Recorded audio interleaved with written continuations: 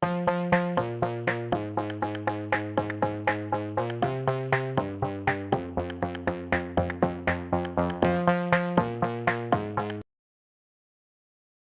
was playing Minecraft one morning. It was all going fine and nothing was out of the odd.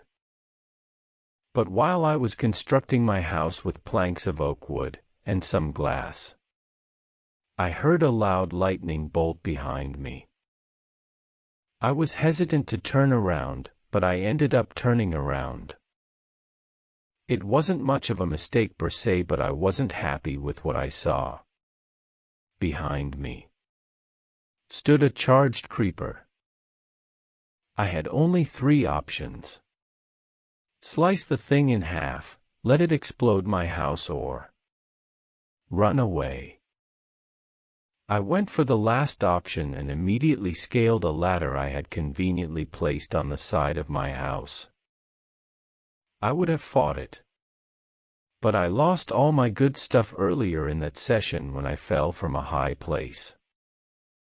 I scaled the ladder at a speed undescribable for a Minecraft character. As I reached the top, I realized that my roof hadn't been created, and so I have to run on the 1-block-wide walls to get to a cliff behind my house. I jumped off my house and onto the cliff, managing to somehow almost run all the way across the cliff and almost fall off the other side. But I managed to catch myself before that. I stood up and saw the charged creeper walking around the cliff to find a way up to me. I quickly sprinted up the mountain, jumping on block to block until I got to the top. When I got to the top, I realized I couldn't get down, so I decided to turn around. As my character turned around, the creeper stood behind me, still as a statue. I looked it in the eyes before realizing I now only had 2 options: run, or kill the creeper. Running would have resulted in my death, and killing the creeper might have done the same, so my decision was a hard one. The creeper didn't move though, which was lucky. It was as though it wanted me to make the decision before it pursued me further. My decision was a tough one, but I remembered I had a bucket in my inventory, so I quickly placed that on the edge of the cliff I was standing at. The water fell down the cliff at his speed, but wasn't quick enough, because the creeper began pursuing me once again. I hedged my bets and jumped into the water, letting it drop me. Unfortunately, the water threw me out about 150 blocks too early, and so I began to fall to the ground below. In that moment, a shadowy figure caught my attention in the corner of my eye. They were standing behind a tall acacia tree. As I quickly approached the bottom of the cliff, I saw the creeper dropping down towards me. That's when I noticed a pond a few blocks away from where I'd be landing, so I decided to aim for it. 50 blocks. 40 blocks. 30 blocks. 20 blocks. 10 blocks. 5 blocks. 1 block. Splash. I landed in the water and immediately swam underneath, as I knew the creeper was going to as well. Splash. The creeper landed in the pond just above me and began to explode. I knew I'd be somewhat safe due to me being underwater, but the bubbles that allowed me to stay underwater were slowly decreasing as the creeper approached exploding. 3 bubbles. 2 bubbles. Boom. The creeper exploded and sent me further down into the pond as my last bubble burst. My heart started to decay away as I swam to the top of the pond as quickly as possible. I got to the top a few hearts before death and I immediately jumped back onto dry land. As I tried to comprehend what was happening, the figure caught my attention again. It was a tall, almost Enderman-like being. I knew exactly what it was when I saw it. It was the rumored tall man. The one that stalked a player in game, then in real life. Before taking their life. I didn't believe the theories, but I was still a little sketched out, but I did end up shrugging it off to being an NDR man in the end. I then went back to my house and continued to construct it, quickly forgetting about the figure and the creeper.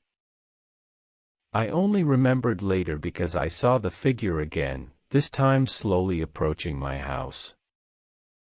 I was shocked to see that it could move. I couldn't actually believe it. The trees weren't at all tall near my house, so it stood out like a sore thumb. This time I knew it wasn't a NDR man though, could tell. The closer it got to my house the more uneasy I felt. My house, which was pretty much complete at the time, was sitting almost out in the middle of nowhere, as you probably guessed from earlier. The figure continued to come towards me, and so as night approached, I ran into my house, closed the door and stared at it out of one of my windows. The figure looked at me, before teleporting in front of the window. I saw its appearance. It's not something I can describe though, because I don't understand what it looked like. I grabbed my iron sword from out of my inventory and I also pulled out a shield, which I held in my offhand. I was prepared to fight the being if it came into my house, and I was seriously hoping it wouldn't. But as it saw my sword and shield, it teleported through the window and into my house. I snapped my view to look at the figure and I stood tall as it looked at me. A voice came from it. I couldn't make it what it was saying though. The night shone upon my house and mobs began to circle it. The figure continued to stand in the center of my house, and I just stood, scared of what it was going to do. "Come fight me then," I yelled at it. It didn't say anything back, and didn't move. It was as though it didn't even hear me. I remembered I had a secret exit to my base, and so I ran towards it. The figure teleported in front of me as I did and caught me off guard. I slowly stepped back before the figure hit me, immediately killing me. "I was kicked from the world after dying," it said.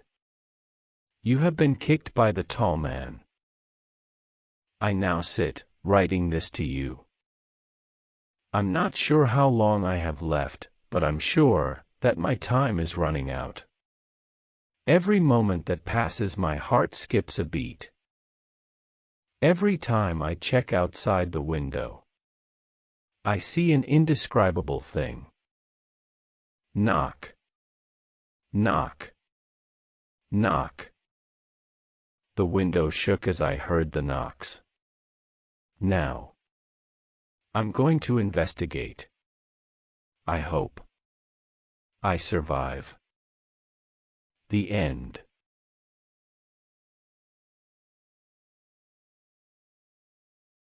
Thank you guys for watching. Expect more videos like this in the future. I hope you enjoyed, and if you did, have a wonderfully blessed and magical day.